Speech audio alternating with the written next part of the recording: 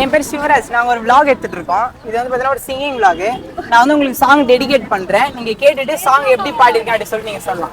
உங்களுக்கு பிடிச்ச பாட்டு அந்த மாதிரி எதாவது இருக்கா? இல்லை, நீங்கள் எந்த சாங் பாடினாலும் ஓகே. ஓகேவா? சரி, ஓகே. காற்று வீசும் முன் வாசம், காய்ச்சல் வந்ததேனோ, வானம் எங்கெங்கும் ஈரம், சாரல் வந்ததேனோ, நீ என் நெஞ்சில் பெய்யும் மழை போல மாயமோ, நான் மிதக்கிறேன், பறக்கிறேன், சிரிக்கிறேன் அன்பே.